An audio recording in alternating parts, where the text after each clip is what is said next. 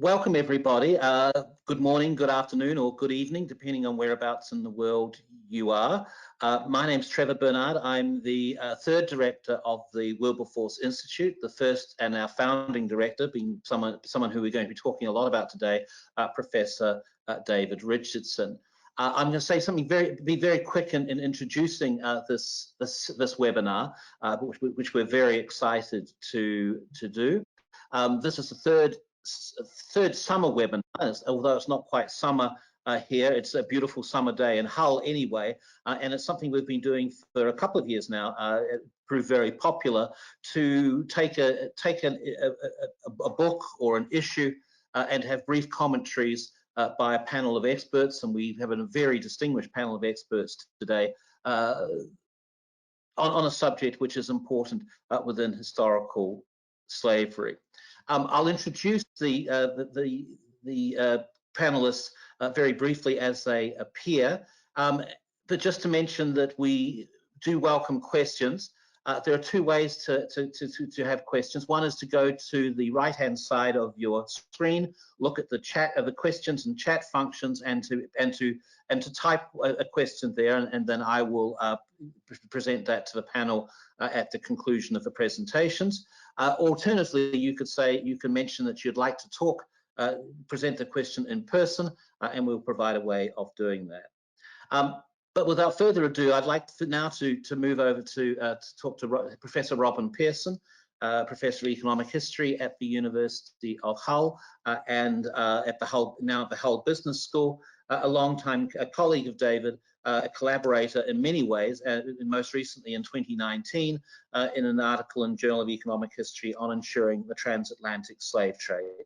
So Robin, over to you to introduce David and his book, Principles and Agents, the British Slave Trade and its Abolition. Thanks, Trevor. It's my privilege and pleasure to introduce this webinar on David's latest book.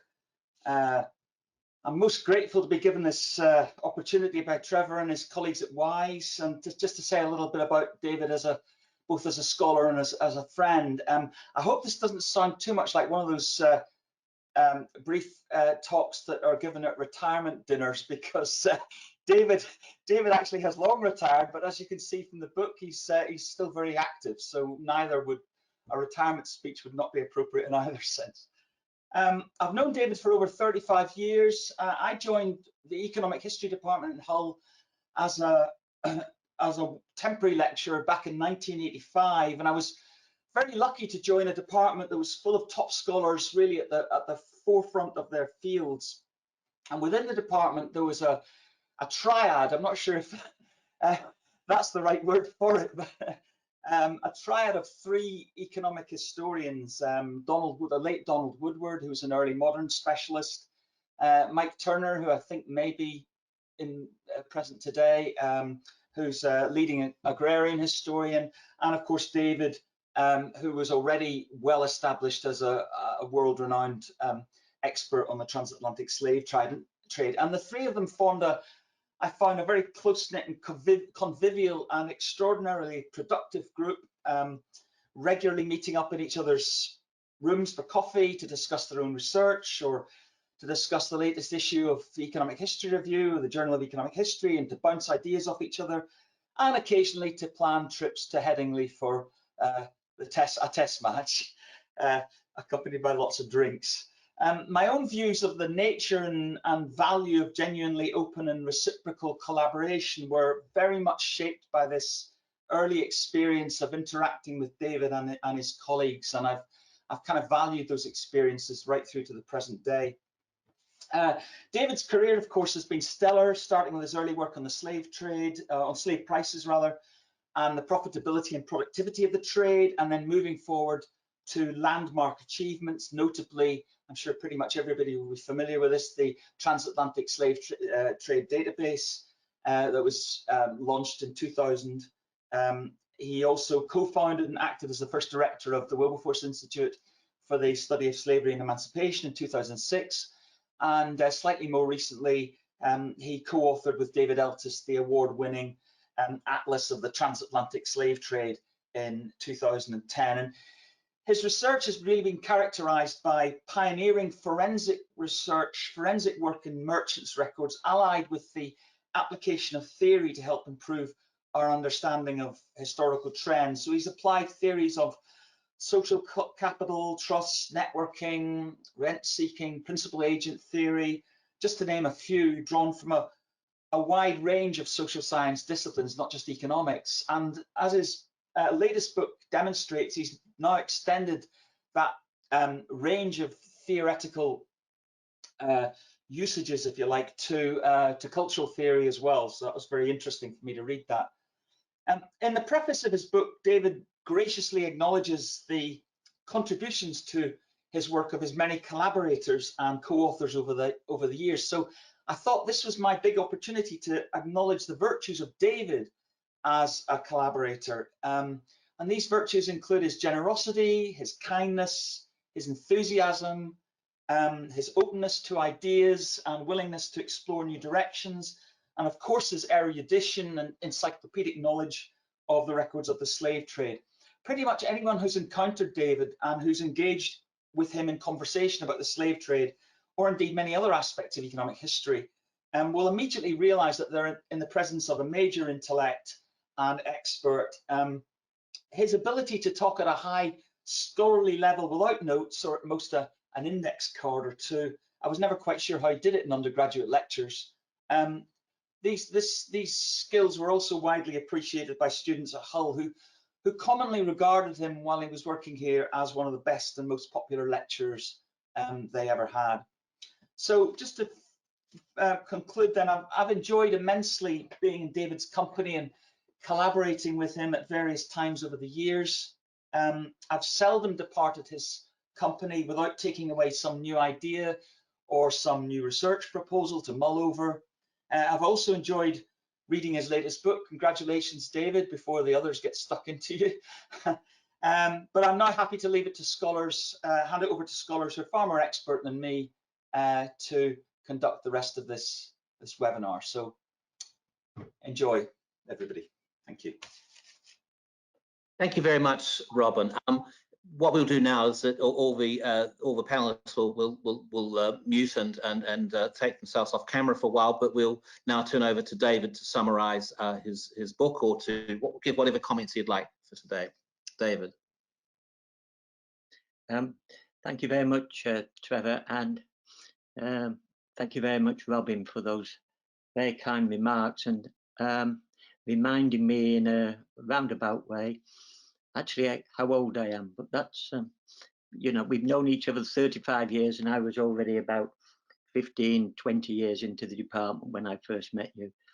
I always regarded your appointment as one of the best the department had actually made, and your work since has only confirmed my judgment on that. So I'm honoured to actually have you introduce me today. I was looking through the index of the book, and I was reminded of something that happened when I was with Paul Lovejoy some years ago, and we visited Wisbech, and we're looking for what was known in the literature as Clarkson's chest, which he toted around the country when he was giving abolitionist talks in the late 1780s, early 1790s. And we walked into the Fenland Museum, and we were immediately confronted by the fact that you come from Hull. And I said, yes, and we're interested in slave trade and slavery. And they basically said to me, oh, yes, Hull, Wilberforce gets all the credit, you know, but Clarkson gets very little. So I thought I would look today at the index and see how many times Clarkson is mentioned and Wilberforce, and they're about equal. So I hope at least people in the Fenland Museum and in Wisbech more generally won't be quite so offended with the book as they might have been if I'd not mentioned Clarkson at all. What I want to do here is very briefly to explain why I wrote this book and what I think its central messages are. And I don't propose to talk for more than 3 or 4 minutes on this. And I apologise to those of you who've not yet read the book and are coming to this afresh, but the seminar is about exchanging ideas about the book today. I think historians are generally uncomfortable with inertia. They're much happier looking at social change, even though understanding it is usually difficult, and assessing the broader significance and meaning of any particular change they choose to investigate is invariably open to interpretation and debate. The last applies to the subject of my book, which looks to explain why, in 1807, Parliament outlawed national participation in the transatlantic trade in enslaved Africans, a trade widely seen as fundamental at the time to the economic prosperity of Britain's West Indian colonies, and in which the British themselves had been, and indeed remained, exceptionally proficient at the time. Abolition occurred at the peak of British dominance of the European-based Atlantic slave trade. It followed a 20-year campaign to end the trade that began formally in 1787 and quickly transformed into a nationwide social movement for change, unprecedented and since unmatched in the history of transatlantic slavery. In effect, therefore, two scale-related questions inform my book's analysis of the issues that I want to discuss in the book. One of those scale-related questions is why the British slave trade became so big. And that's an issue I deal with in the first part of the book. Among the various factors I advance in seeking to explain Britain's performance, I note not only its gains of territory through war, which allowed expansion of its slave-using West Indian colonial empire, but also its merchants' abilities to resolve principal agent issues that often bedeviled the pursuit of other long-distance commercial ventures. The key issue here is that, in a way, if the British slave trade hadn't become so big and so resilient, then in fact, in many ways, its abolition wouldn't have attracted quite the historical attention that it has. The other scale-related question, which in effect informs the book, is why so many in Britain chose by the 1780s publicly to denounce the nation's involvement in the trade, and in doing so obliged Parliament to intervene in and ultimately to outlaw a business previously sanctioned by the British state. You'll notice there that I talk about the public denunciation obliging Parliament to intervene. Implicit in that, of course, and it goes back to what Robin said about my work, is a reference, I suppose, to the Overton window theory in political science. It was Britain's leading status as a slaving nation and the size of the public outrage at it that makes the story of the rise and fall of the British slave trade so fascinating. Analysis of both invites consideration of interrelationships between ideas and principles that shape human behaviour and interaction, and of the role of specific actors or agencies in influencing or determination the application of those ideas and beliefs in practice, or to put it another way, in the real world. That framework of analysis basically explains the book's title, Principles and Agents. I can't go into detail here, obviously, but what I think the book shows is how in Britain, success in inverted commas in slave trading and success in developing an anti-slave trade movement became in many ways two inextricably linked parts of the same story, or arguably a larger story. It was a story of how one way of thinking about and behaving in the world, identified with mercantilism and the enslavement of Africans, came first to be questioned by some on religious grounds even as British slaving, or more accurately English slaving at that time, first developed on a substantial basis after 1640.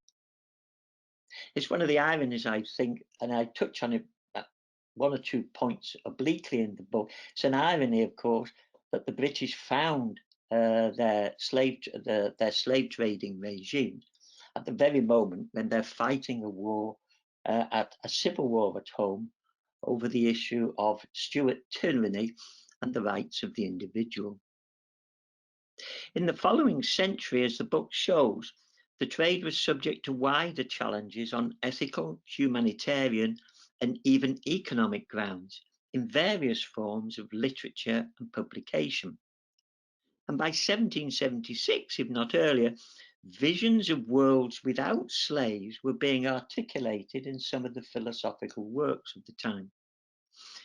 An expanding publishing industry ensured that the ideas embodied in such writings reached ever wider audiences, thereby helping to inform and motivate the political debate about the trade that began to erupt in Britain at the dawn of the age of revolutions and of mass politics. I don't have time here to talk about the relationship of slave trade and anti-slavery to industrialization, but it may be something that comes up in the course of our discussions, and I'm happy to try and address it then. But I do make some reference to what I see as the contribution of industrialization and, more importantly, urbanization to the development of opportunities to advance the anti-slave trade movement in Britain. I'm conscious of the role that political entrepreneurship, that's a phrase which Charles Tiller uses in his book on the rise of mass politics, I'm conscious of the role of that political entrepreneurship that it played in shaping the anti-slave trade campaign and determining its outcome in 1807. I don't want people to think that I'm denying that Wilberforce and Clarkson and so on were unimportant. They clearly were. Nonetheless, widespread condemnation by what I call in the book the people, and I tried to define what that meant at the time, nonetheless, widespread condemnation by the people of the slave trade on humanitarian grounds was, I argue, critical in placing the future of the British slave trade and ultimately slavery itself irremovably on the nation's political agenda. Progress is being made in identifying those who were the grassroots supporters of British abolitionism. And we have Richard Huzzey and John Oldfield, amongst others, who have helped us enormously in that way. But more certainly needs to be done if we are thoroughly to explain what motivated, that is, the people or people outside of the leadership, motivated them to support it. Like the Africans whose fight against slavery on land and sea was widely reported in the 18th century British press, and which I believe had a significant influence, as I argue in the book, on British perceptions of African humanity. So, like those Africans who fought against slavery, these other unsung British heroes of abolitionism deserve to be better known and understood. And I'd like to think that the book is a way of trying to raise awareness of the need for research, further research on that area. I'll leave it at that, and thank you for your time. Thank you very much, David. That gives a wonderful introduction to the book. We've asked each of the panelists to concentrate on a particular part of the book, but perhaps now, that explains the order by which we are asking panelists to speak. The first panelist to speak is Nick Radburn, who teaches at University of Lancaster and is working on a book which will soon come out with Yale on slave trading merchants in the transatlantic slave trade. Over to you, Nick. Great, thank you, Trevor, and thank you, David, and good afternoon, everyone. I want to first thank you all for hosting this debate and for inviting me here. It's a real honour and a pleasure, because I started out doing my own work on slave trading merchants, really following in David's wake in studying a Liverpool slave trader who he'd heavily focused on in the past. His work's been an inspiration for me ever since. So it's really fantastic to engage with this wonderful new book. And here is a truly innovative new book that makes really important insights on both Britain's slave trade and its abolition. And that's no mean feat, and one that we don't see very often. And that's because studying the slave trade and how it operated and its history, and studying its abolition are often two sort of separate scholarly pursuits, two subfields, with one group of historians focusing on one, another focusing on another. And what David's done so well here is really meld those two approaches in a welcome way, and gleaning key insights on both the trade and its abolition. As Trevor says, as a specialist on the slave trade, and especially the merchants engaged in the business, what I'll do though is focus on that first part of the book that looks at the trade and how it operates and how it grows in the run up to and then during abolition. So what David does in that opening section of the book is really pose an answer, provide a very effective answer for a crucial question. Why did the British, who were really bit players in the slave trade at the beginning of the 17th century, become by the end of the 18th century the largest dealers in people in the entire Atlantic world? Through David's previous work, especially on slave voyages and the Atlas of the Slave Trade, that trend is very well documented. And as we see in this book, the numbers are very clear on this. And we can see that in slave voyages and the various data sets. But the actual factors that drive the growth are less well explained, I think. And that's because I think we don't usually get the kind of Atlantic-wide view that David provides here, looking at the trade in Britain, Africa, and the Americas all at once. So what David's done is by bringing the view of these three branches of traffic together is give us a truly Atlantic framework. He is really practicing a proper Atlantic history here. And what he demonstrates through that view is really quite remarkable, and it's the way in which that the demands and the ever-growing demand for captive workers in the British Caribbean, principally, but also in British North America, spurs merchants in Britain, especially in the emerging slaving ports of Bristol and Liverpool, to scour the African coast for millions of enslaved workers. Now that sort of narrative is fairly familiar, but what he does so well here is show the ways that system is interlinked to create a sort of malevolently self-perpetuating cycle that really spurs the trade's growth. And that's why we see it expand so steadily and so malignantly over the 18th century. So what the sort of vision that David gives us of the slave trade here is of a wheel. That's the phrase he used, a wheel of commerce that turns around the Atlantic world, and we can envisage slave ships following that all around, and that wheel turning increasingly fast as the 18th century wears on. And by the time the end of the 18th century, we see almost 50,000 people a year being dragged across the Atlantic in British ships. Although that wheel, as he describes it, stretches across the vastness of the Atlantic world, connecting Britain, Africa, the Americas in its immensity, he also demonstrates that there are particular spokes of this wheel that connect particular ports quite strongly. And the two that he focuses on very well here are Liverpool, which will be by the end of the 18th century, Britain, and indeed the Atlantic world's largest slave trading port, and Bonny in modern-day Nigeria, which is by the end of the 18th century called the wholesale market for slaves in West Africa. What David demonstrates is that the explosive growth of the trade at both of these ports, and it is explosive, both in 1700 Liverpool doesn't really have a slave trade, and neither does Bonny, was facilitated and driven by a similar phenomenon, an interlinked phenomenon. Liverpool merchants developed a sophisticated physical infrastructure through which goods can be sourced, especially from emerging hinterlands in places like Manchester, producing cotton goods. They're boated and carted through canals and roads down to ports, which would themselves develop through the creation of docks where the slave ships will anchor. And likewise, slave traders that operating at Bonny, which is an incredibly deep water port, they have super tankers going through there now, tie themselves into a trading diaspora in the interior, the Arrow, who have their own expansive and growing network of slave markets, slave paths that shifts increasing numbers of people down.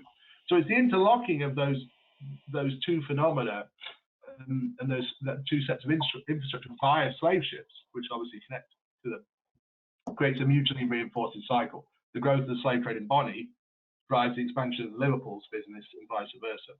And therefore, we can think of the commercial hinterlands of both ports, which, if to look at them, you wouldn't think they have anything in common. Rural Lancashire and tropical West Africa has been somehow connected and transformed together via the slave trade.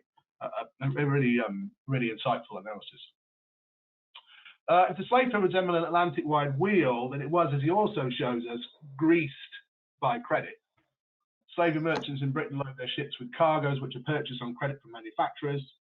They take those to Africa and trust them out, lend them effectively to African merchants at places like Bonny, who go and use those to procure captives, we can bring them back to cancel the debt.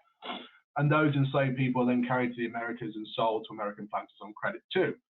And it's again that interlocking of the things that we know about the different aspects of the slave trade, viewing it as an interconnected system that's very clever and very striking here. The interlacing of strands of credit is what makes it easy for merchants across the Atlantic world to enter the deadly business of slavery, because they don't require such large sums of capital, right? They need, it lowers the entry cost. And therefore that growth that we see in the slave trade, he shows us, is really, I was trying to sort of think of a metaphor here, almost like a casino where the house is willing to lend the gamblers the chips. And see a lot of sources where the slave traders themselves refer to their business as a lottery, right? You know, a high risk, high reward business. And that really opens up another key theme that David explores so wonderfully here, and that he's done so effectively over his long career, and that's the slave trade's profitability, which I've always been very surprised has received such short shrift from scholars apart from David Richardson. He shows us that returns from slave trading in both Africa and the Americas average about 10% per annum, which might sound very modest, but if actually you think about it, and as he explains to us very clearly, that's one of the healthiest returns on investment in the early modern Atlantic world. So if merchants engaged in the slave trade reinvest their profits, they would double their money every 7 years, just through the compounding of the profits. Given that there's so much of the investment in the trade was thus made on credit, the merchants could enrich themselves quite rapidly through this trade by, in essence, borrowing money and then betting it on the continued growth of the trade. And that is what occurs over the 18th century. It's for the most part a growing business, as we see here. And that also helps us to explain, and this is where David's connecting of abolitionism, or at least the way the trades are viewed, and its growth in this book very, very cleverly comes into play. We start to understand why so many people were willing to engage in a business that was clearly seen, as David shows, and this is a really important insight, throughout its long history, not as just business as usual or something that takes place, but as a trade that was viewed with moral repugnancy. And so the fact that merchants could make substantial gains by trading in people explains why they were willing to ignore or set aside those morals. To put it crudely, merchants were willing to ignore morality if it could make them rich. Okay, so by thus centering the trade's profitability and re-forefronting it. Remember, a lot of the work that David did on profitability was a very long time ago now. I think in the late 70s. What he's provided is really a convincing argument for the slave trade's spectacular growth. But he's also prompting us as historians to return to this important question, reanalyze and think about profitability as an important phenomenon that explains not only the economic history of the trade, but also some questions around why people participated in it and how it was viewed. But this is a book that really provides, by way of short summary before I move on, in my mind, one of the most accessible, succinct and convincing accounts of how Britain's slave trade exploded across the 18th century. And it's really a testament to David Richardson's decades-long career working on the trade that he's able to view it at that Atlantic-wide level, but also appreciate the complexity of how it operates in individual ports and through these interconnections as well at a sort of macro level. I can think of very few other historians who really accomplished this kind of view of the trade and do so convincingly in such a short section of the book. There are, however, I think some problems with taking that Atlantic-wide view by being at that level of remove and viewing the system as it operates as a whole. And the most obvious one is that people start to fall out of the picture. The thousands of individual enslavers, the people who engage in the business, despite this being a book that is very interested in their business practices and how they operate, we don't actually get many insights on who they are or why they operate in the trade or really their sort of day-to-day business. So for a book that does such a good job of revealing the moral repugnance towards the slave trade, we also gain surprisingly a few insights on the backgrounds of people who are engaging in slave trading. You know, where do they come from? How do they go into the trade and why? and the motivations of people who engage in the traffic as well. And maybe exploring that might have connected up quite a bit more neatly with what you show so well later in the book about the way the trade is viewed more widely in society. So some pen portraits of slave trades, even quite briefly, especially as we near the era of abolition, and abolition, is very much in the public discourse, might have illuminated the mindsets of the trade's perpetrators, and especially their views of their own business, and indeed their views of their victims too. How do they view what they do to other people in this business too? And the absence of these biographical studies is also quite remarkable, because if we think about just focus on the economic history of the trade, because as you've shown in your own work before, David, the trade is generally profitable if we look at it in the aggregate, but it's also incredibly hazardous.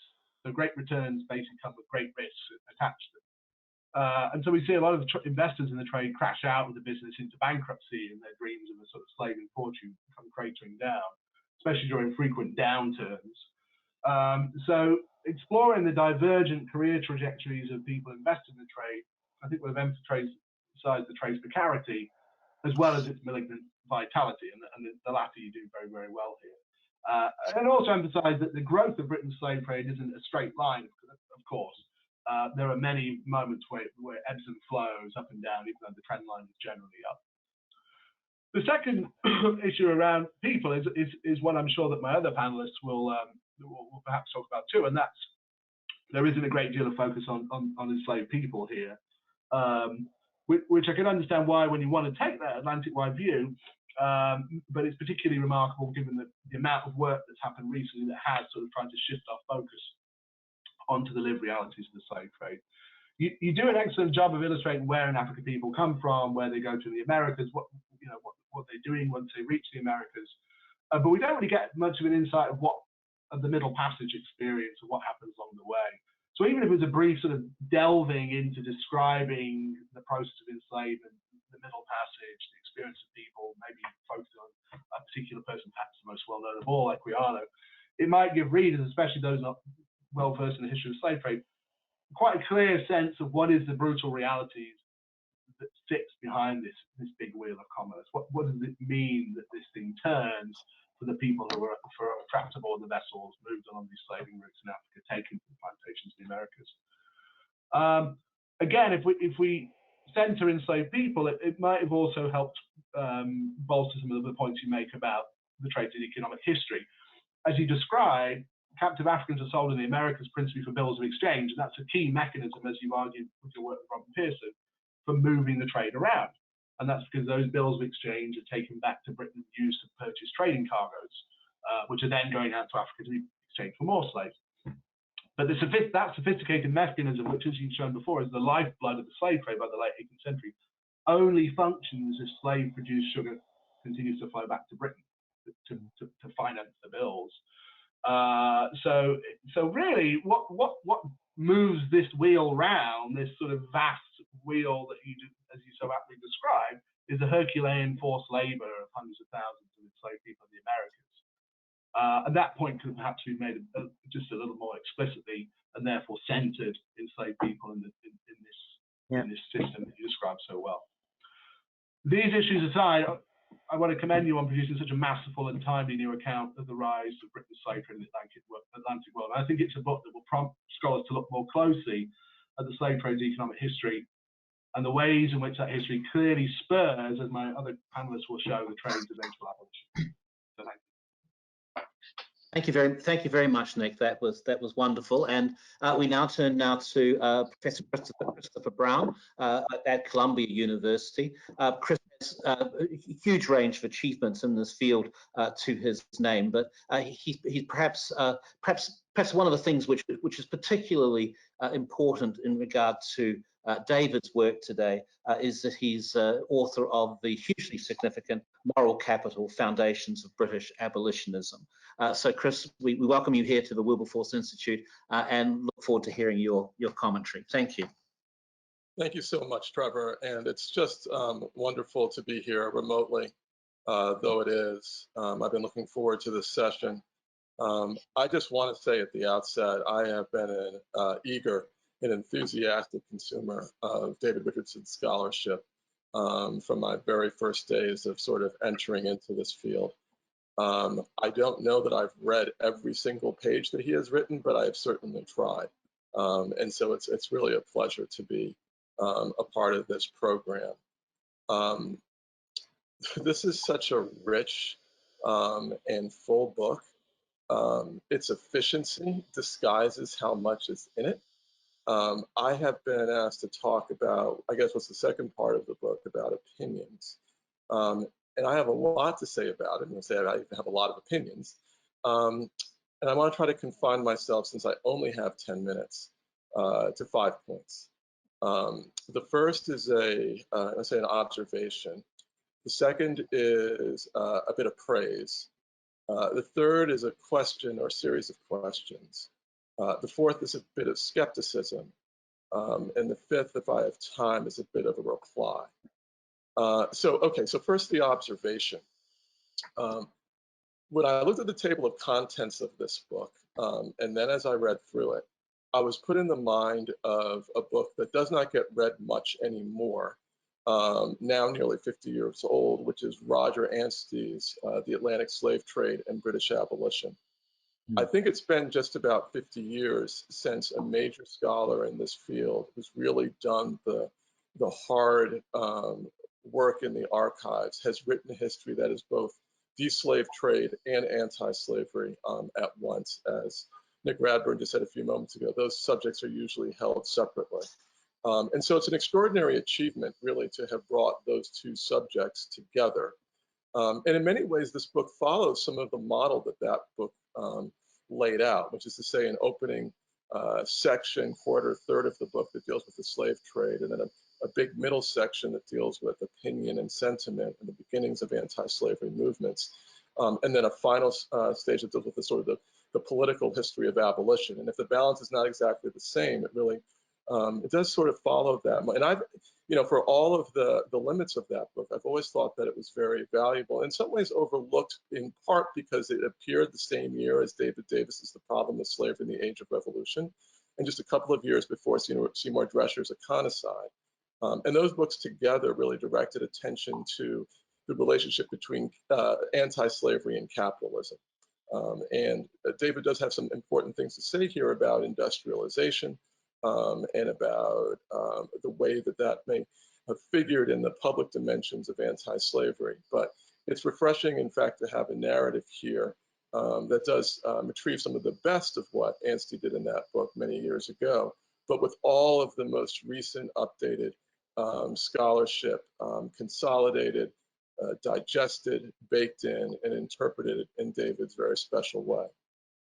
So that's the first point. Second point is just to sort of emphasize a bit of praise in the way that David makes use of a whole body of scholarship and theoretical work that was unavailable to Roger Anstey in the mid-1970s. I'm thinking specifically of the emphasis that David places on the press, on newspapers, the emphasis on urbanization.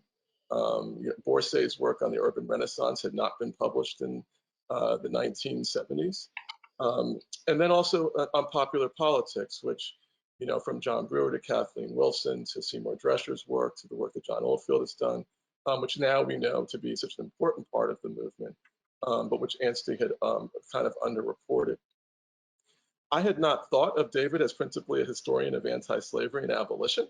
And it was really extraordinary to read these chapters and to see not only the substantial treatment given to these subjects, but the insight, especially in the way that the press is treated. To the extent that newspapers have really been mined, it's been for the period after anti-slavery movements begin, not in the sort of half century beforehand. In all of his work on the British slave trade, I think has really called his attention to just how rich the information is in the press, and how much we need to think about. And here, as I think is a really important insight going forward, that we need to look to the press for thinking about how British men and women thought about the slave trade, what they knew about it, what information was available to them, what kinds of stories they might have drawn from it, and the way it might have shaped their imaginations. The press gives us a little bit more to the ground knowledge of knowledge on the ground, up and down the social scale. It gets us a little closer to what we might think of as kind of vernacular knowledge in the ports about ship movements and the fate of individual ships. And so this is a part of it that I really find very valuable. And I really think, opens up a lot of new possibilities for research and understanding.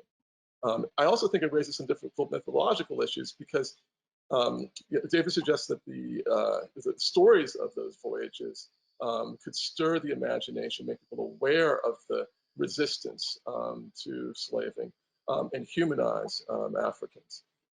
That is certainly one possible reaction, although it should be said that the sorts of accounts are mostly about commodities moving. And so I think it really raises the question about the relationship between commercial and economic knowledge and moral, cultural knowledge. And so I think it's useful to know that people have this information, but what they're doing with it, I think, still remains a little bit in question. And this gets to the third point, which is the main set of questions that I just want to pose, not expecting sort of an answer to them today.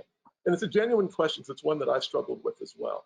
And that is, how do we analyze and narrate the emergence of anti-slavery opinion, of thought, of sentiments?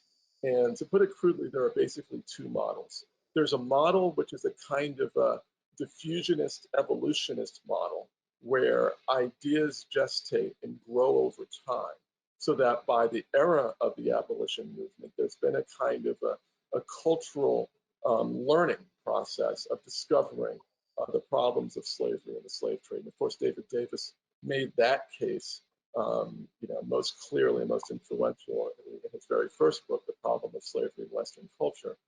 And there are elements of that way of telling the story in this book, with the emphasis on major cultural intellectual figures, what they wrote, and how those thoughts developed, evolved over time. There's another way of looking at this, though, which is one that I tended to emphasize in my work, which is to say that there's less change over time, but then a sort of a deep cultural disposition to have discomfort with the slave trade. It's not clear to me, at least it hasn't been clear to me, that this changes dramatically over the middle decades of the 18th century, and that instead what happens in the era of abolition is it gets activated, those sort of latent biases, which are much more governed by the commercial interests, are kind of activated. And so I guess the question in some ways is, how do we arbitrate between those 2 points, the sort of the evolutionary way of thinking about this subject and what we might think of as being sort of jumps from one plateau to another. And it's something that I've struggled with, and I think the book raises that as well. I do want to say, just very parenthetically though, and I'm aware that I'm at the edge of my time now, that we do need to think harder, I think, about how we tell the story of the impact of influential intellectuals. The Scottish Enlightenment gets a lot of play here, a lot of credit. I just have some doubts about this, and I will say it sort of very briefly on 3 levels. One, if you look at the people that get cited, Smith, John Millar, Francis Hutcheson, these are throwaway lines in the vast corpus of their works. These are not things that they were, especially concerned with as far as slave trade and slavery goes. And so I think it can be a little bit of an exaggeration to regard these as assaults on the slave trade, since they were not prolonged. They were not particularly, they were visible and they're influential to us because they're famous people and famous texts, but it's less clear to me that they were regarded necessarily as assaults at the time. And I point to just the fact that slaveholders and slave traders almost never responded to them as major assaults. When they did respond, they were responding actually to abolitionists, as opposed to the kinds of folks who held endowed chairs in Edinburgh and Glasgow. Secondly, I've also often thought that those ideas that they articulated were in some ways intellectual glosses of views that were on the ground in Scotland, in England, and elsewhere. And so I think we need to think a little bit about the extent to which intellectuals are innovating, or in fact providing a certain sort of scholarly apparatus for ideas that people already have. And so that's where the questions are, and that's where I'll just throw in the doubt, the skepticism. I've never been persuaded that Adam Smith is terribly important for anti-slavery thought in the 1780s. I realize that that's a little bit of an outlier as a point of view. I'd be happy to elaborate on it if there are questions about it. And then finally, just as a way of reply, the Principles and Agents has a number of thoughts on moral capital, the book that I wrote on this subject many years ago, both drawing from it, but also diverging in all kinds of useful ways. I hope there'll be an opportunity, David, to sit down and talk about these subjects. I'll just say on my own behalf that I hoped that moral capital would be the next word, hardly the last word. And it's wonderful to see some of its main claims pushed, probed, and challenged. And something you said at the very outset, I think is actually quite critical, was that book is more than anything else an attempt to make sense of where the political entrepreneurs came from and how they became political entrepreneurs. And to the extent that yours is a book about the public movement and the relationship between Parliament and the people, that's a subject that I didn't even try to address. Okay, I've been talking very quickly. I think I took 13 minutes rather than 10. But thank you so much for the opportunity to these subjects. Thank you very much, Chris. They were 13 wonderful minutes. It was very rich, a very rich and very generous set of comments on David's book. We now turn to Bronwell Everill, who is a lecturer at the University of Cambridge and has also a large number of things to her credit, but her most recent book, Not Made by Slaves, Ethical Capitalism in the Age of Abolition, speaks very much to David's book. Bronwell. Thanks very much. Thank you for the invitation to read and comment on this excellent book. And for the chance to meet up again at WISE, even though it's not actually in person yet. Hopefully we will all get together again soon. In May 2020, we experienced a moment that can help us as historians to understand how an individual can capture the public imagination and galvanize a movement for political and social change. George Floyd's death was not the first to spark outrage at police brutality and racism. It wasn't even the first in the spring of 2020. Ahmaud Arbery and Breonna Taylor came first. Yet it was Floyd's death that saw protests spread to over 60 countries. Another outpouring of public support this February saw our campus draped with Ukrainian flags, saw social media photos change, church fundraisers, and outpourings of public interest in political and economic responses to Russia's invasion. A slower and potentially more apocalyptic transformation, one wrought by climate change, has many political sympathizers, but has actually galvanized little action. Philosophers, protesters, scientific authorities, and politicians all sound the warning bells, but it seems like the galvanizing moment will never arrive to spur change. Sitting as we are in the midst of all this news, it can feel like unprecedented times, but it is all precedented. And in fact, the contemporary moment can give us a clearer insight into the motivations, causes, and responses that shaped the world of the slave trade and abolition over 200 years ago. So David Richardson's Principles and Agents seeks to understand how, at the height of British efficiency and profitability in the Atlantic slave trade, British anti-slave trade sentiment gained so much momentum as a political force. I've been tasked with talking about the role of Africa in the book. Despite the apparent centrality of Africa to the slave trade, the traditional story places Africa at the margins of abolitionism. It's a place that experiences the effects of abolition. It is the recipient of abolitionist advances. This is probably very much the way it was viewed in Britain at the end of the 18th and beginning of the 19th century. As the book clearly shows, abolitionism was very much about British ideas about Britain, British readers' ideas about their own interior worlds, their own humanity, in some senses, their own superiority, their own political culture, their own performative sense of virtue. And yet, of course, Africa is really at the center of this problem. David Richardson's lifetime of work has been at the heart of helping us to understand how and why Africa contributed to the slave trade, and the interesting ways that its participation helped to reshape not only Africa, but the Atlantic commercial landscape more broadly. His approach to African economic history has been fundamental in shaping the way that people, and especially me, now understand Africans as rational economic actors with similar institutional and commercial reasonings for engaging in Atlantic commerce, including the slave trade. And his work on African consumers, on the sort of behavior of traders arriving in various ports, on the sort of networks and the developments of institutions like credit are at the heart of that. And so chapter 2 of Principles and Agents deals with specifically the role of credit in institutions in making the trade from Bonny the most efficient and thereby enriching Liverpool merchants and giving rise to the explosive profitability of the slave trade at the moment of British abolition. Bonny, located in the Bight of Biafra, rose to prominence in the slave trade from the 1740s. It became the center of Liverpool's slave trade for two reasons. The first is its adaptation of political, legal institutions, which helped to ensure debt recovery for British merchants, and its connections to the expanding Arrow diaspora networks that facilitated extremely large purchases of enslaved people, so that it becomes the sort of wholesale port for purchasing enslaved people.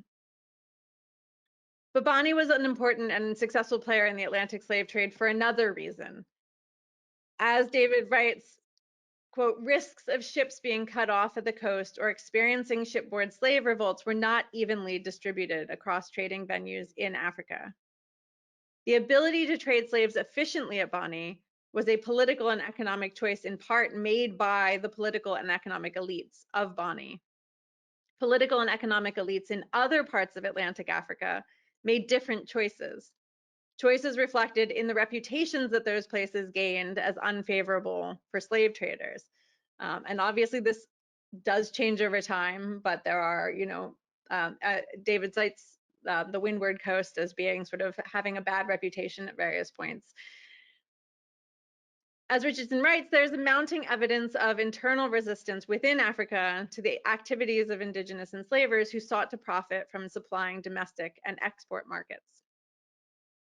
The existence of slavery, like the existence of slavery in Africa, like the existence of slavery in the British Empire, was not sufficient grounds to argue that it should not be outlawed.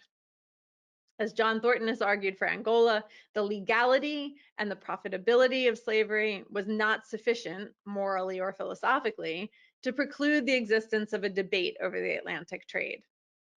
And we can see that not only in the resistance of the enslaved themselves, which again, David is an expert on, but also in political revolutions and in religious movements and in commercial choices made by people living on the African coast.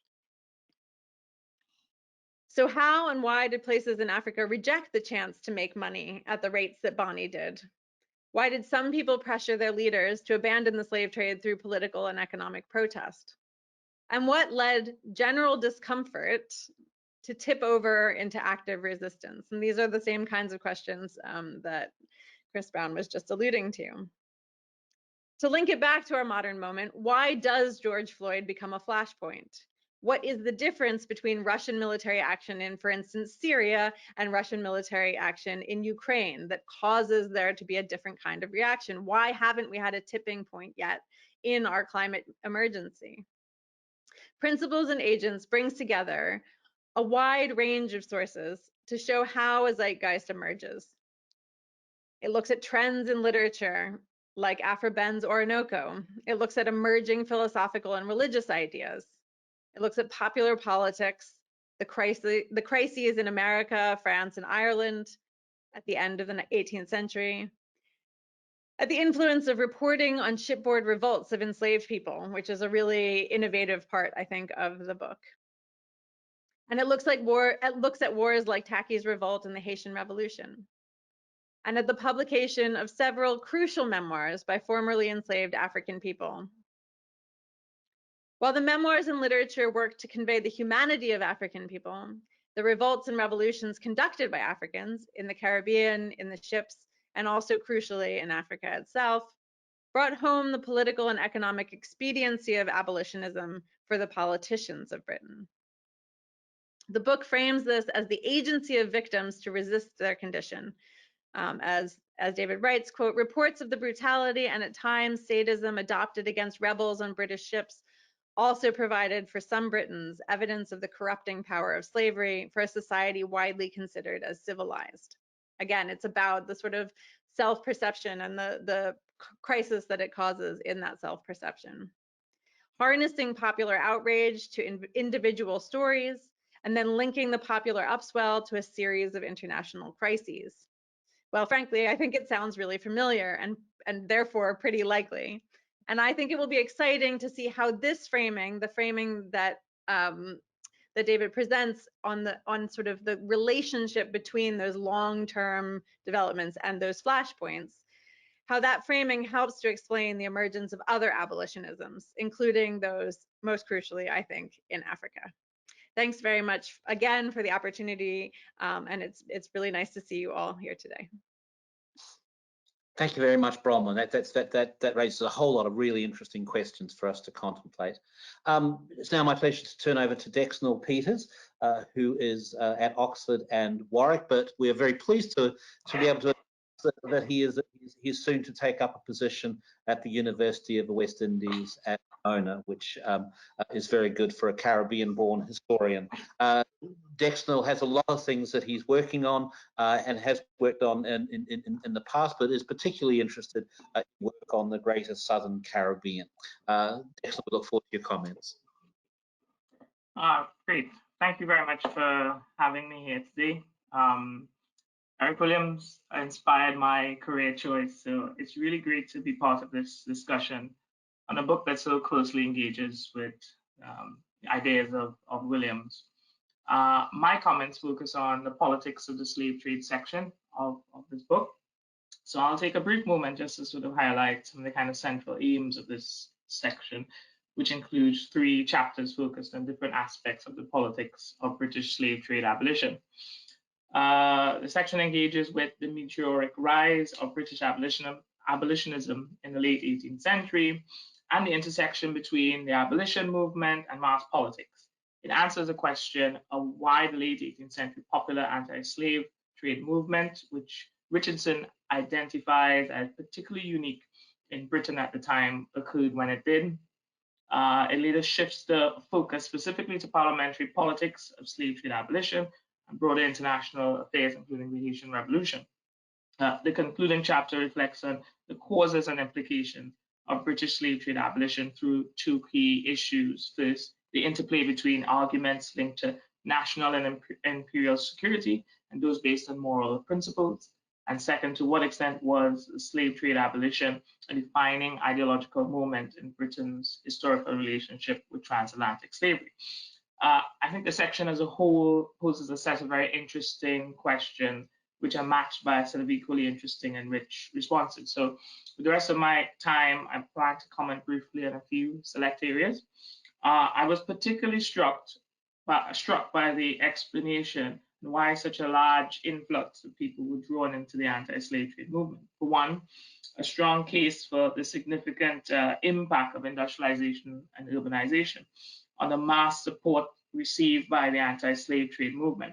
Richardson provides some interesting perspectives in his consideration of how socioeconomic changes provided a means for people to sympathize with the plight of enslaved Africans.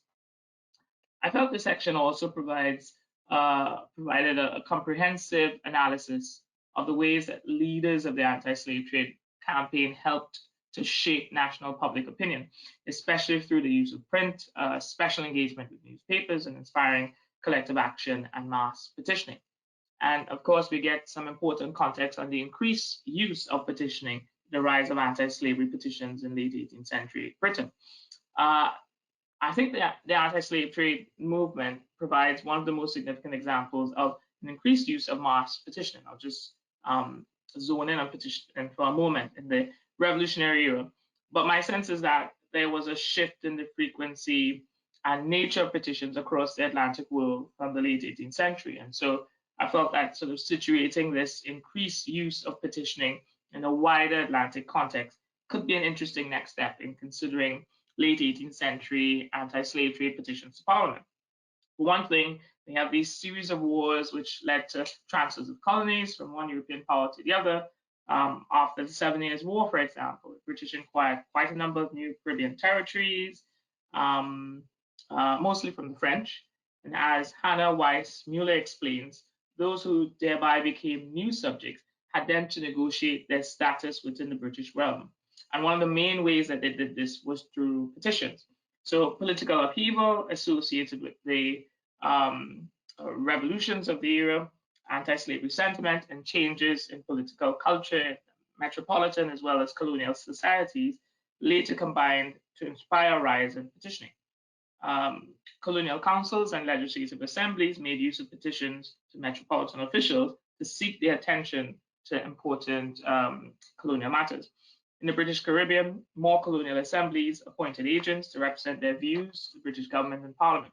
Overall, there was more direct petitioning of the Crown and other parts of government, and engagement with the wider public context, the publishing of petitions in the press. So I'm curious as to what extent these sort of broader changes in political culture within the Atlantic world helped to shape anti-slave trade petition movement. Another aspect of this section that I felt left some room for further debate was the leadership of anti-slavery movement's decision to focus solely on the slave trade, which Richardson described as a deliberate strategic choice. And I think the section makes a really good point of acknowledging how this decision proved useful in the movement not being labeled as radical and helped to delay consideration of property rights of planters. I think the significance of this decision is made clear as Richardson puts the movement in comparison with other reform movements of the period, such as Catholic emancipation, parliamentary reform, the franchise, trade unionism, and highlights that the anti-slavery movement achieved the earliest successes, and that this may have had something to do with the exceptional skill, resources, and strategic insight of the organizers. I think that this particular chapter, this section, does a good job of laying out the evidence of the abolitionist movement's clear understanding of the political environment and their making of deliberate choices with a longer end goal of abolition of slavery in mind.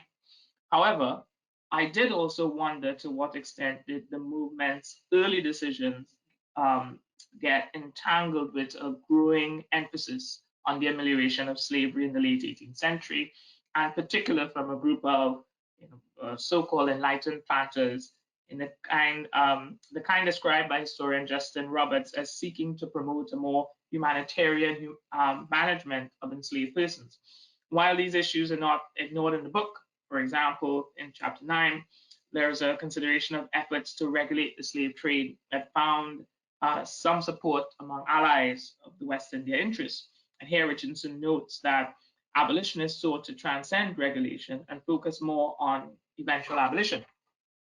Richardson also goes on to specifically note that allies of the West Indian interests were not wholly oblivious to the shifting moral sentiments of the time and were therefore prepared to make concessions, even if grudgingly. Nevertheless, I felt there was room for further consideration of the entanglement of slave amelioration issues with pro-slavery and anti-slavery interests, whether from regular planters deliberately seeking to delay or enlightened planters seeking to improve the overall efficiency and general condition of enslavement, or even those committed to long-term gradual abolition of slavery. In addition, abolitionists' views on the readiness of enslaved persons for full emancipation deserves some further attention. In footnote 9 of chapter 9,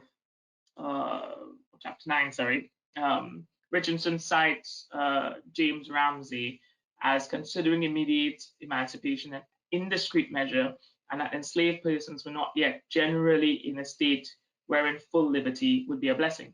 And to me, this sort of adds some merit to the issue of slave amelioration, providing an entanglement of pro and anti-slavery interests, a point which echoes some of the sentiments expressed by Paula Dumas in her work on pro-slavery Britain. The Haitian Revolution and imperial rivalries loom large in the latter part of this section. And Richardson makes a case for how the Haitian Revolution and revolutionary warfare shaped the timing of the abolition of the slave trade, as British abolitionists emphasized how the continuance of the slave trade posed a direct threat to British imperial and national interests.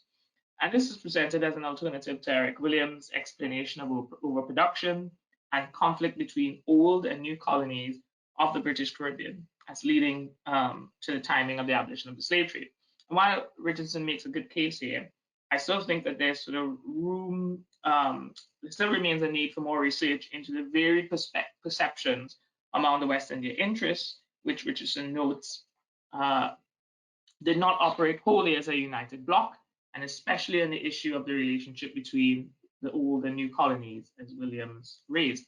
Nick Draper has already identified how the turn of the 19th century frontier colonies, such as Trinidad and British Guyana, witnessed the rise of a new planter class. Further nuanced consideration of these distinct planter groups could shed some new light on the early 19th century politics of the slave trade.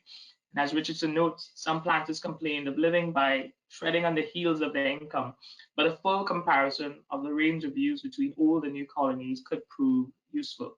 Overall, I felt that Richardson's careful consideration of a range of factors, including the role of humanitarian principles, the Industrial Revolution, contributions of enslaved Africans, and international events, and warfare in particular, I think this section in particular takes the field of the history of the slave trade in new directions and provides interesting new avenues for further debate. That's a sort of highlight in my comments. Thank you very much. I'll close there. Thank you very much, Dexnell. That was terrific. And finally, but certainly not least, we have Richard Hussey, who's going to be talking to us particularly on religion. Richard is a professor of modern British history at the University of Durham, author of an awful lot of books, and working on a number of things, which moves them from even into the 20th century. But his book that perhaps is most relevant to today's talk is his most recent book, Freedom Burning, Anti-Slavery and Empire in Victorian Britain. Welcome, Richard. Well, thanks, and like the other panelists, I'm delighted to be virtually with you in Hull, although sad not to be there in physical presence. It's a real honour to be part of the panel commenting on such an elegant and generative book that, as others have noted, is consolidating a lifetime's achievement in scholarship on British slaving, but also carefully testing the judgments of different causes to display its abolition. It's a book that is unusually wide-ranging in scope, both for the reasons that are already mentioned, but also because I think it reveals some of David's literary interests himself, stretching from popular authors such as J.R.R. Tolkien and Jane Austen to Oscar Wilde and even Steven Pinker. And for anyone stereotyping economic historians as dry number crunchers, the book clearly reflects that broad and deep literary taste from its author, as well as also, as others have already alluded to, a lot of really interesting kind of engagement in thinking about the cultural impact of print and news reporting, as well as also theatrical and literary production. So if the monograph is very much building on David's own career as a researcher, its scope also befits his long and powerful influence on the field as the founding director of the Wilberforce Institute. I think probably everyone on the panel is at some point in their careers probably a beneficiary of the kindness and humility that he established as a director, as a leader in the field at the Institute in Hull. And he's given platforms, space for countless scholars, students, colleagues in the Institute there. And as he's created a space that's continued to grow and diversify, it's perhaps one of the best possible legacies to his stewardship, although this book is obviously another one. And it reflects, I think, his curiosity, attention, and respect for a really wide variety of historical methods, not just those that he was initially trained in himself as a historian. The modes of investigation from other fields, including social sciences and literary studies, are clear throughout the book. Now, Other people have already noted that a very good portion of this book is concerned with explanations of Britain's world-beating role and responsibility for the transatlantic traffic in enslaved Africans. Unusually and valuably, though, David then connects that and pursues this causal interest he has in principles and agents into the politics of the same trade's abolition. And in focusing, as we've said, on that latter portion of the book, and particularly on the treatment of religion, I find myself in agreement with many of the points that David makes, although sometimes with areas of difference, or perhaps differences of emphasis. And in order to try and make the event as more interesting, I'll probably focus more on disagreements of emphasis than simple agreements and further praise. One of the things that's interesting is David connects the organised role of congregations, and especially urban nonconformist congregations, to the burgeoning urban cultures that supported provincial abolitionism throughout the country. And across the later chapters, he draws, as he's already mentioned today, on Charles Tilley's historical sociology of popular contention. I was struck that David, much like Seymour Drescher, sees the role of organised religion primarily in helping to generate and circulate and spread abolitionist petitions, in the kind of organisational role that religion might have. While literature and drama and newspapers are all considered as conduits for imaginative or humanistic critiques of slaving, I wondered whether sermons and pulpits, the real vital religious belief that fueled so many of these movements, also helped to share and spread abolitionist ideas or sympathy for abolitionist sentiments, as well as organisationally circulating petitions amongst those who'd already been persuaded of its evils. And I noted in particular that striking suggestion of a deeper political resonance to the literary, cultural, journalistic antipathy for slavery that may have existed before the American Revolution. So for David, the American Revolution accelerates rather than kindles an opportunity for anti-slave trade politics. But I wonder if the difference between Wesley's preaching against slavery and Clarkson's sermonising from a Manchester pulpit does mark a very important shift from a kind of congregational dissuasion and condemnation of a type of vice to the state action that would suppress a national sin. And that would incline me, he was very modest in defending his own thesis, but that would incline me perhaps to hold on to Chris Brown's emphasis on the American Revolution as the crystallisation, not merely a catalyst, for British abolitionism as a political project.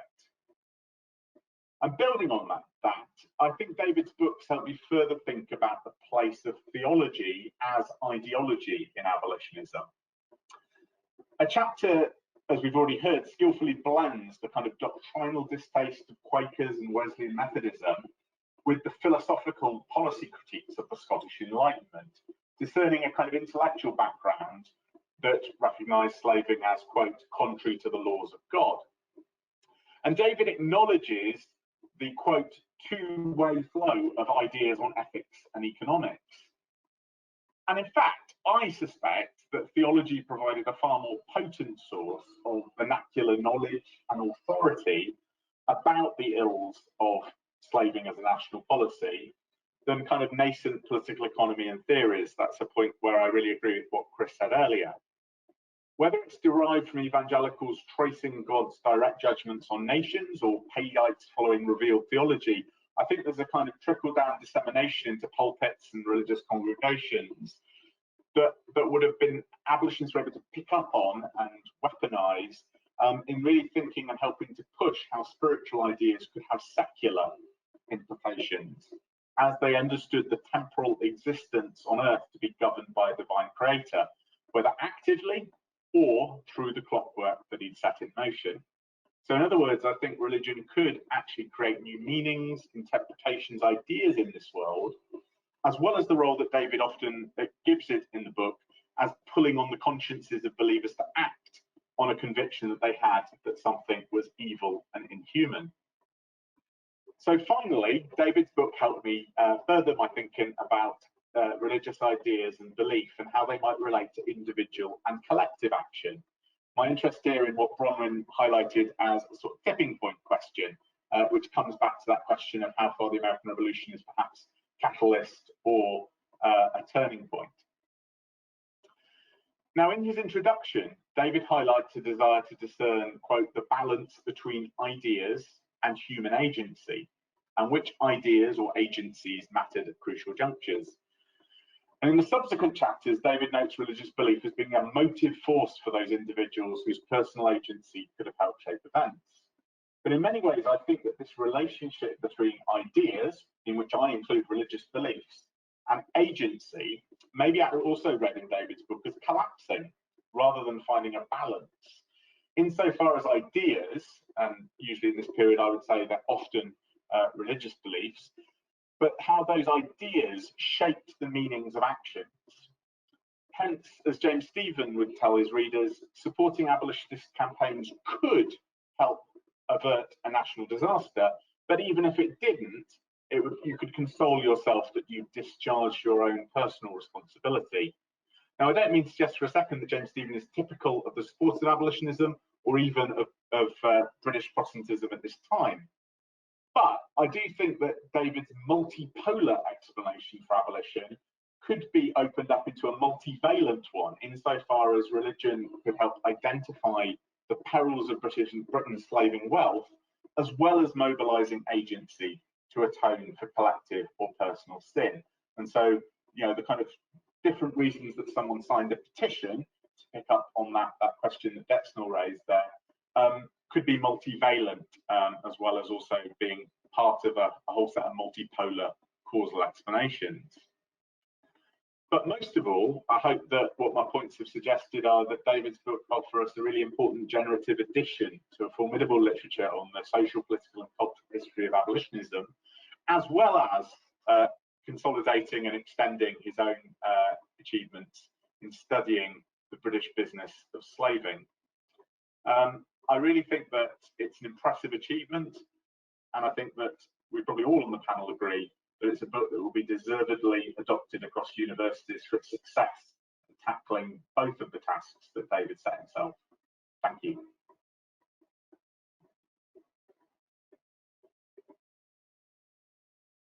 Thank you very much, Richard, and thank you very much to the panelists for a stimulating set of questions. I'll invite all the panelists to turn their cameras on and unmute themselves. And just to remind people in the audience, please do send questions to us either in the chat function or through, or we can perhaps ask you to do it personally. We'll try and give David a chance to reply at some stage or other to the many interesting things that have been raised here today. But perhaps I could start off by just asking, it comes on, I guess, from Richard's point about the American Revolution and Bronwyn's point about a tipping point, and would connect to what other people have been writing, particularly Chris's work in Moral Capital. To what extent is the American Revolution a tipping point, or are there other tipping points? I might think that perhaps the Zong case in 1783 is the cause célèbre, which is sort of like the George Floyd equivalent, Bronwyn, in this particular case. I don't know if David's back on yet, but perhaps it gives a chance to the panelists to. Oh yes, there's David. It gives a chance to the panelists to talk about those sorts of things. So perhaps that's one thing while people are gathering their ideas about what questions they'd like to ask. Who would like to start? Chris, why don't we ask you what you think of Richard and the American Revolution, and in regard to what Richard was saying. Okay. You're muted. I know I am. I'm trying to unmute. You would think 2 years in, you kind of get this down. So I don't know that. So there is a tipping point. Although I think that it depends on what it is you're trying to measure and to identify. In some ways, the tipping point is the difference between, say, 1786 and 1787, 88. I mean, there's no organized national movement, 1786, 1788, there is a massive national movement. I guess what I've had to say about the American Revolution is that I do think it transforms the meaning of anti-slavery thought and action. I mean, I think it just invests it with the kind of political significance that it didn't have before. So, you know, but I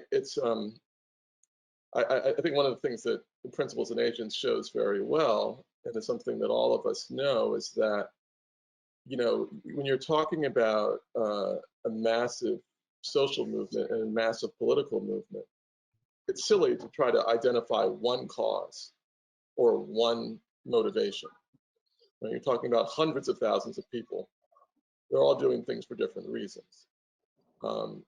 You know, I just think that the context of the American War is a context that makes the issue a different kind of issue than it was before. But arguably, the tipping point is the decision to create an abolition society. You know, I mean, it's the tipping point is in fact the action, the entrepreneurship itself. Can I just come in on what you were saying about the Zong, Trevor? One of the things that David does so well in his book, and that I think we need to do more of, is interlacing how the slave trade operates and when and how with abolition. And I think there are important things that happen during the American Revolutionary War, especially, rather than focusing on, you know, the revolution itself as a set of ideas, but as a war and a conflict that have important consequences for the slave trade, which then themselves impact on abolitionism. And one of those is the peculiarities of the Zong case, which are connected to the fact that it's a captured slave ship, a Dutch slave ship captured by the English during the war, and then the fact that the ship goes to Jamaica is largely because the slave markets in the Eastern Caribbean have been captured or are just not viable any longer because of the war as well. So there's these ways that the war has seismic effects on the trade, which then you see discussed a lot in the abolitionist debates that come. You know, a lot of the evidence is put forward by witnesses of people reflecting on what they saw in the 1770s and early 80s in this wartime era. So I think more work needs to be done to sort of connect up, as David shows here, what is it that happens in the slave trade in this era that makes it so visible, that produces cases that abolitionists then fixate on, that they can use as evidence, of which the Zong is one, of course. Great. We have a question from Paul Townend. He asks, Richard might be someone who would be able to answer this, but anyone on the panel could answer this as well. In an era of religious fragmentation, was the anti-slavery message seen as a potentially unifying cause among the evangelically inclined? Can I ask you, Richard, perhaps just to say something on that? A bit like the old joke that Ringo wasn't even the best drummer in the Beatles. I slightly worry I'm not even the best person on the panel to answer that, but I'll have a go. I suppose I'd say that it might actually be that it's as much competition as unifying, in the sense that there are opportunities for different denominations to demonstrate and other congregations get ahead of them in either petitioning or demonstrating this as a way that, as a popularization of abolitionism, there could be moral capital for congregations in the same way there might have been moral capital for the kind of first moving leaders that founded the society in 1787.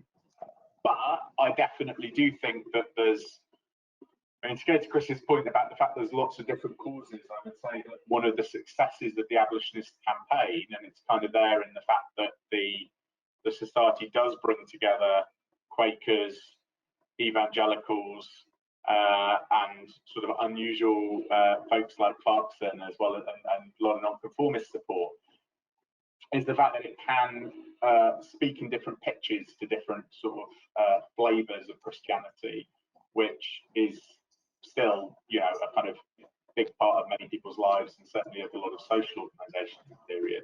So I think it may not be as much unification so much as it can can speak in different registers and pitches. Great, thank you. Judith Blakesley had a question for David. She wanted she wanted to respond to Chris's comment, that radical solutions idea that Adam Smith isn't that awfully important. How would you respond to the comment about the anti-slavery ideas of members of Scottish Enlightenment as being sort of throwaway lines?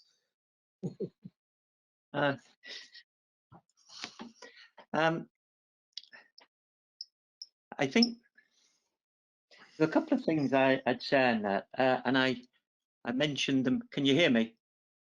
Yes, we can. A couple of things I'd say about that. One is it may be a throwaway line in Hutchison, but he talks about how, in fact, poetical works are often more useful in getting ideas across to the populace than philosophical treatises. I think he's very open about that, and I cite that in the book. I also cite too some work which is commented upon what was seen at the time as the impact of Smith's work in terms of political economy and the disenchantment that Smith felt about the way his book and his work had been received. So in that respect, I think you're right that we need to have perhaps a greater appreciation of the way in which intellectual ideas, whether they're embodied in religious or philosophical treatises or works of political economy, how those ideas enter into the wider public consciousness at the time. And I think there are hints in the book about the relationship of poetical work, imaginative literature, and other sources to how those works are, how those ideas are articulated.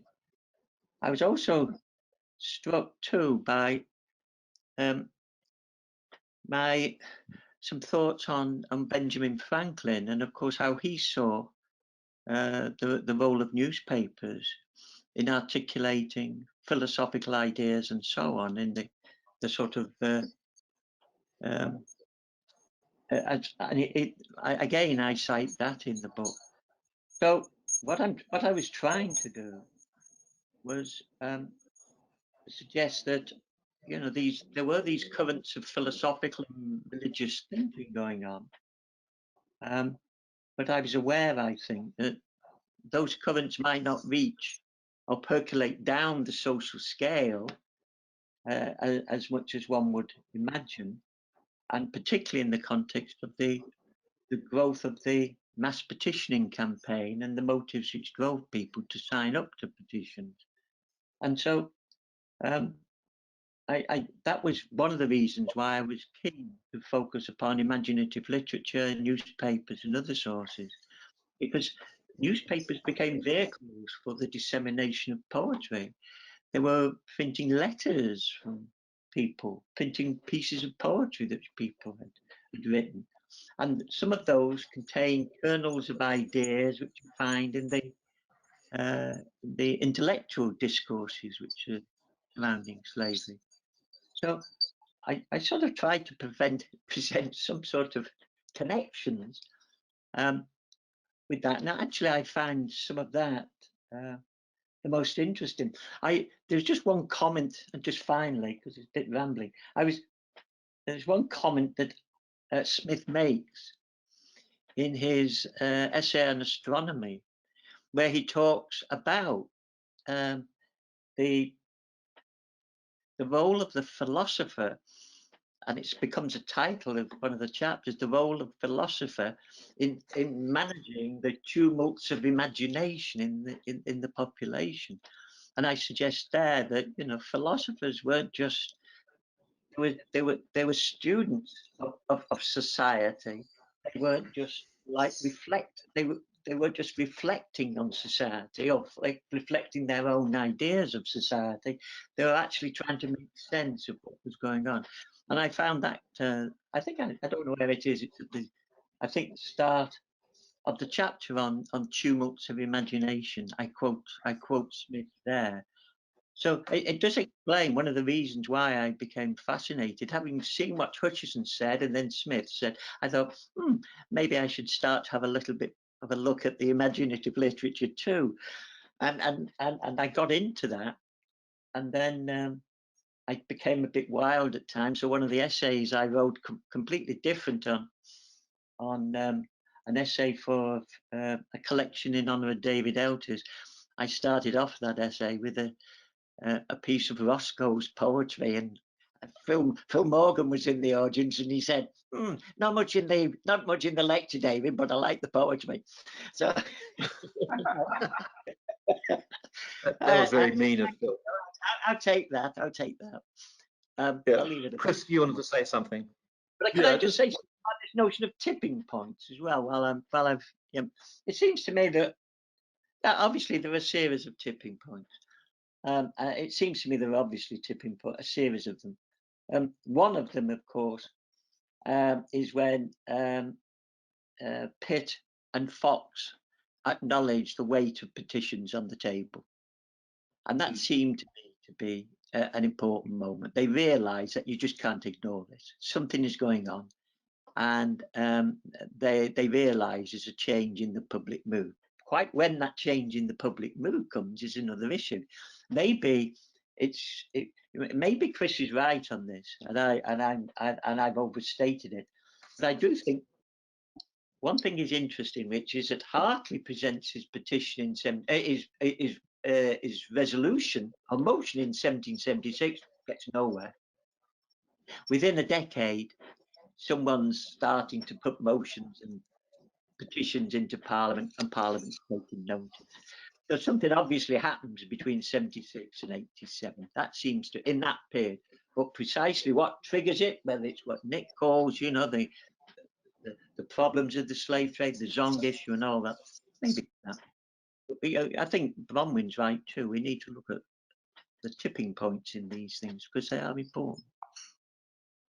Okay. Chris, do you want to say something? I'll try to be very brief. I was rushing, and so I stated the point about Smith slightly more baldly than I had intended or planned. I think what's really interesting about your treatment of those figures is that there's a fair amount of ambivalence as a reader. You can sort of feel you weighing how much do I want to attribute, to these essentially works of scholarship in an 18th century sense, and how much do I want to attribute to the imaginative. I think the work you do with the not only with newspapers but with plays and with novels, and Lynn Hunt's work and some of Rick and Carey's work, it's actually really very well done. So I don't want to give the impression in my comments that you've hung everything on Adam Smith, which is most definitely not the case. And I think in some ways I was thinking about a body of scholarship which is actually less subtle and less nuanced than how you've expressed it here. Although I'll just say that I posed it as a question because for me it is a genuine question about how we deal with these figures and how we understand their influence culturally and then through culture politically. And well, culturally to the imagination and then politically.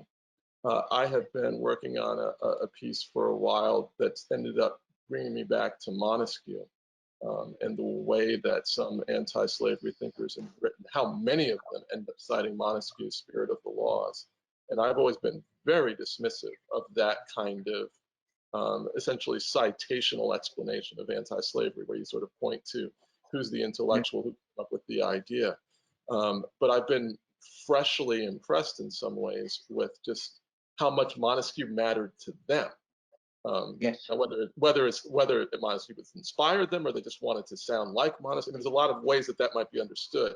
But I don't mean this to say that we should not be thinking about the Enlightenment. I guess I really mean more to say that we need to think about it harder and think about what kinds of connections we're identifying and with what notions of motivation and purpose. Yes.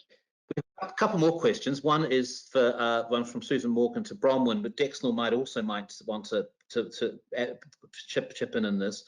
You made quite a big deal of contingency, Bronwyn, and Susan Morgan asked to ask you to answer your own question. Why is it that some events cause political change and other events don't? Why is it that one part of Africa does some things and another part of Africa doesn't? So, I mean, if you're able to answer that without sort of getting into major philosophical issues, maybe Dexnell in as well, that would be great. I don't know. If I knew the answer, I wouldn't be a historian. What I'm trying to figure out. Yeah, I don't know. I mean, in terms of like how I've thought about it, I do think that there are a series of close together events in the end of the 18th century that have a very, I mean, the reason I started with what I started with was because I feel like there is a sort of resonance in terms of people feeling the weight of eventiness, right? Like that there is a sense of like, oh, another thing, oh, like the whole world is changing so fast, that I think, you know, that does have an effect, right? So like, yes, you know, Black Lives Matter is an organization that has existed for a long time, and it has had other moments in the past, right? And I mean, that is very similar to, there is a long sort of history of anti-slavery thinking in these contexts, but the things that tip over the edge are also happening around the same time as a lot of other events. And I don't want to discount the idea that we can learn from the present sense of eventiness what people might have thought about that kind of thing in the past, and that there might just be a sense of, you know, people just, oh, we have to do something about all of this playing a role in how people react to that kind of thing. And I'm totally with everybody else that like I don't think that there is one tipping point necessarily, and I don't think that everyone is reacting for the same reason to everything. But I do think that period has a lot going on, and the period itself might be part of the answer. And I think that also is true in West Africa, which I won't get into, but there are events happening in West Africa too, and some of those events are things that are ramifications of the other things that are happening around the Atlantic world, but others are West Africa specific, and some of those are environmental crises, and some of those are political crises, and some of those are just, you know, people having exactly the same kinds of reactions to the slave trade as you see happening elsewhere in the Atlantic world. And so that I will stop there and let. Thanks, Bronwyn. Dexnell, did you want to add anything, or is this sure, briefly. I mean, I'll somewhat try to tie this into the question about the sort of American Revolution, because I mean, without getting into all the debates about the impact of the American Revolution in the Caribbean, I do think it does cause a bit of a kind of rethinking of, you know, of the British Empire. And I mean, like Ernesto Bassi talks about, there's this almost a swing to the south before the east. And in my own research, I focus a lot on how you see this kind of southern, a shifting of the center of gravity much more southwards in the Caribbean, and particularly the sort of southern Caribbean or greater southern Caribbean, as Trevor mentioned earlier. And so you have very different reactions happening. And even in my comments, I talked a little bit about, you know, this debate about the new colonies and the old colonies. And so I think you have a set of varied perceptions, or a set of varied ways in which they are responding to the events of the American Revolution and so on. So I do think, yeah, I mean, I think we have to pay a lot more attention to, you know, the varied ways people are responding to change, and especially in the Caribbean. We can't necessarily sort of lump the experience of the region as a whole. And we have to pay a lot more attention to the geographies. Thanks. We have one final question. This is from Nick Evans. The panel praised the stellar work David did in combining slave trading and anti-slavery discourse. Is there a need for an equivalent pan-European study of how British involvement in Atlantic slavery mirrored or differed from their European counterparts? And you don't have to do it, but it'd be good to suggest whether other people should be doing it, or whether David's next book should be this one. Any thoughts, anyone?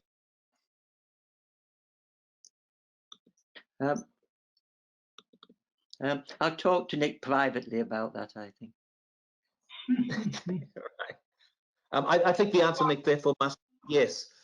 So perhaps we've had a very rich set of discussions today. It certainly will keep me thinking. I know that we'll probably want to have people in the panel would want to talk to each other about these things, and also to chat about these various areas. But perhaps, David, we could leave the final word for you if you have any sort of brief comments that you might want to make in light of what you've heard today.